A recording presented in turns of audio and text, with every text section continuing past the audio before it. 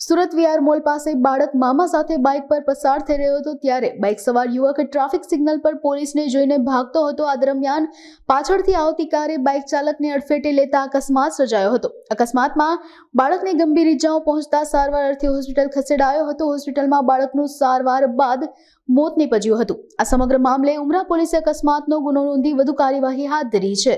मेरा नाम है बाबू मुन्ना अंसारी।